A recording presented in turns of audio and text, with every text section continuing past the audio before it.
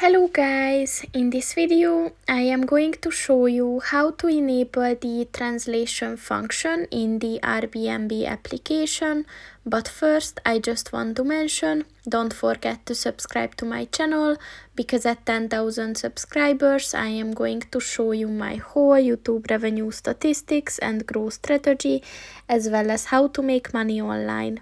Let's jump into it. First of all, open the application on your phone and then click on the profile button at the bottom of the page on the right.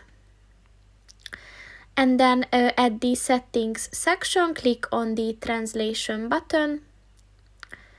And in order to enable this, just click on the white circle next to it. And once it turns black, this function is enabled. So that's pretty much it for this video, guys. See you in the next one. Goodbye.